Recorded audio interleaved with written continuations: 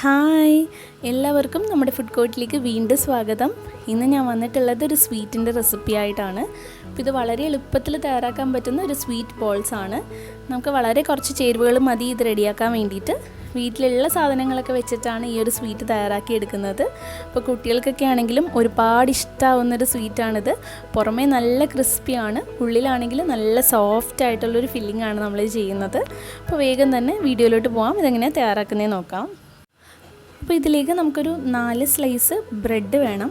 അപ്പോൾ ബ്രെഡ് ഇതിൽ നിന്ന് നമുക്കൊന്ന് പൊടിച്ചെടുക്കാം. അപ്പോൾ ഞാനിവിടെ ഒരു മിക്സിയുടെ ജാറിലിട്ടിട്ടാണ് ബ്രെഡ് പൊടിച്ചെടുക്കുന്നത്. അപ്പോൾ ചെറിയ കഷ്ണങ്ങളാക്കിയിട്ട് ഇതിലേക്ക് ഇട്ട് കൊടുക്കാം. പിന്നെ ഇതിൻ്റെ സൈഡൊന്നും കളയേണ്ട ആവശ്യമില്ല.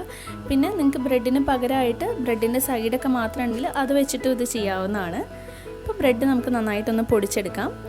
അപ്പോൾ ഞാൻ ബ്രെഡ് നന്നായി പൊടിച്ചെടുത്തിട്ടുണ്ട്. ഇത് നമുക്കൊരു ബൗളിലേക്ക് ഇട്ട് കൊടുക്കാം. അപ്പോൾ ഞാൻ 2 തവണയായി പൊടിച്ചെടുത്തിട്ടുള്ളതാണ്.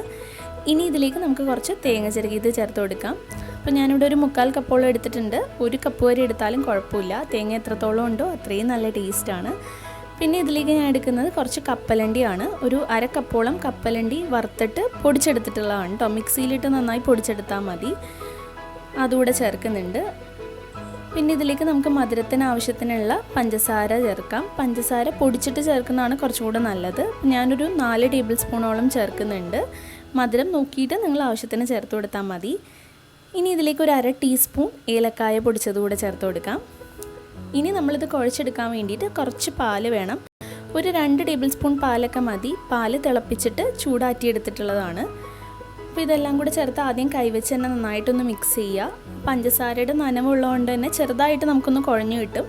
ഇനി ഒന്നുകൂടെ ഒന്ന് കുഴച്ചെടുക്കാൻ വേണ്ടിയിട്ടാണ് നമ്മൾ പാൽ ഉപയോഗിക്കുന്നത്. പക്ഷേ പാല് അധികം ചേർക്കരുത്, കാരണം ബ്രെഡ് ആയതുകൊണ്ട് പെട്ടെന്ന് അങ്ങ് ഇതായിപ്പോവും, നമുക്കങ്ങനെ ഉരുട്ടിയെടുക്കാനൊന്നും പറ്റില്ല. അപ്പോൾ അതുകൊണ്ട് ഒരു 2 ടേബിൾ സ്പൂൺ പാല് മതി ഈ ഒരു അളവിനാണെങ്കിൽ.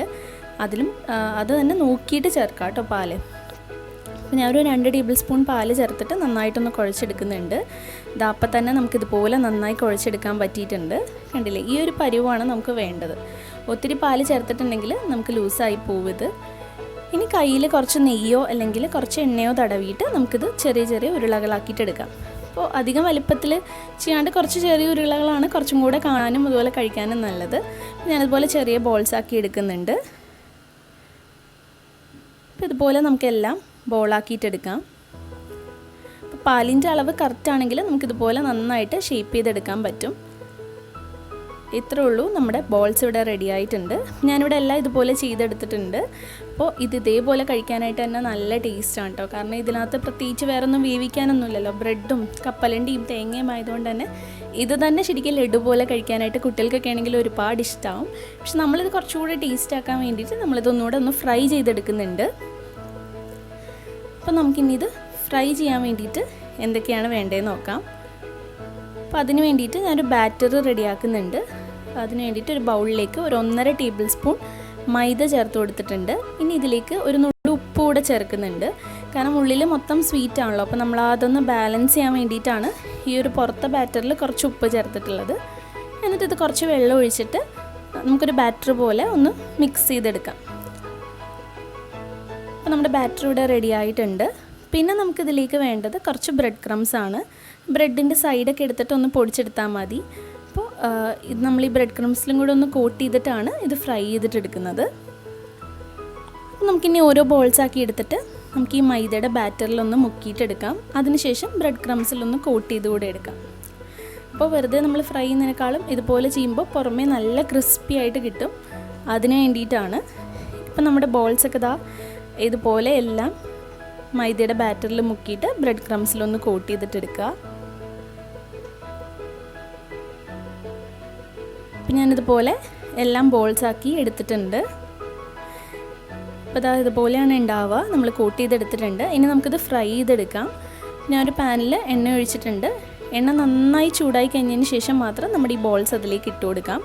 പിന്നെ എക്സ്ട്രാ ഉള്ള ബ്രെഡ് ക്രംസ് ഒക്കെ തട്ടിയിട്ട് ഇട്ട് കൊടുക്കുകയാണെങ്കിൽ ഒട്ടും തന്നെ എണ്ണയിലേക്കൊന്നും പോവില്ല കേട്ടോ. പിന്നെ ഇതൊരു ലോ ടു മീഡിയം ഫ്ലെയിമിൽ ഇട്ടിട്ട് ഫ്രൈ ചെയ്താൽ മതി. ഒത്തിരി തീ കൂട്ടി വെച്ചിട്ടുണ്ടെങ്കിൽ പുറമേ പെട്ടെന്ന് കരിഞ്ഞു പോവും. പിന്നെ ഇത് ഇടയ്ക്കൊന്ന് നന്നായിട്ടൊന്ന് ഇളക്കി കൊടുക്കുക. അപ്പോഴേ എല്ലാ ഭാഗത്തും ആ ഒരു ബ്രൗൺ കളർ വരുള്ളൂ. ഇപ്പോൾ കണ്ടില്ലേ, എല്ലാ ഭാഗത്തും ആ ഒരു ബ്രൗൺ കളറായിട്ടുണ്ട്. നല്ലൊരു ഗോൾഡൻ ബ്രൗൺ കളറായി കഴിഞ്ഞ് കഴിഞ്ഞാൽ നമുക്കിത് എണ്ണയിൽ നിന്ന് എടുക്കാം. അപ്പോൾ ഇത്രേ ഉള്ളൂ, നമ്മുടെ ബോൾസ് ഇവിടെ റെഡി ആയിട്ടുണ്ട്. അപ്പോൾ നമ്മുടെ ബോൾസ് എല്ലാം ഇവിടെ റെഡി ആയിട്ടുണ്ട്. ഞാനതിന് മുകളിലായിട്ട് കുറച്ച് പഞ്ചസാര പൊടിച്ചത് ഇട്ട് കൊടുത്താണ് കേട്ടോ, ഒരു ഭംഗിക്ക് വേണ്ടിയിട്ട്. ഞാനൊന്ന് മുറിച്ച് കാണിച്ചു തരാം. പുറമേ നല്ല ക്രിസ്പി ആയിട്ടാണ് ഉണ്ടാവുക, ഉള്ളിൽ പക്ഷേ നല്ല സോഫ്റ്റ് ആയിട്ടുള്ള ആ ബ്രെഡും കപ്പലണ്ടിയും അതുപോലെ തന്നെ തേങ്ങയും കൂടെ ചേർന്നിട്ട് നല്ല ടേസ്റ്റാണ് കഴിക്കാനായിട്ട്. നിങ്ങൾക്ക് കപ്പലണ്ടിക്ക് പകരം വേറെ നട്ട്സൊക്കെ വേണമെങ്കിലും ചേർത്ത് കൊടുക്കാം കേട്ടോ. അപ്പോൾ എല്ലാവരും ട്രൈ ചെയ്ത് നോക്കുക, എന്നിട്ട് നിങ്ങളുടെ അഭിപ്രായങ്ങളൊക്കെ കമൻറ്റ് ചെയ്യുക. പിന്നെ നമ്മുടെ വീഡിയോ ഇഷ്ടമായിട്ടുണ്ടെങ്കിൽ ലൈക്ക് ചെയ്യുക, ഷെയർ ചെയ്യുക. അതുപോലെ ചാനൽ ഇതുവരെ സബ്സ്ക്രൈബ് ചെയ്തിട്ടില്ലെങ്കിൽ താഴെ ഒരു റെഡ് കളറിലൊരു സബ്സ്ക്രൈബ് ബട്ടൺ ഉണ്ട്, അതൊന്ന് ക്ലിക്ക് ചെയ്തിട്ട് സബ്സ്ക്രൈബ് ചെയ്യുമ്പോൾ അതിൻ്റെ അടുത്തൊരു ബെല്ലൈക്കൺ വരും, അതുകൂടെ ഒന്ന് പ്രസ് ചെയ്യുക നോട്ടിഫിക്കേഷൻസിനൊക്കെ ആയിട്ട്. Thank you.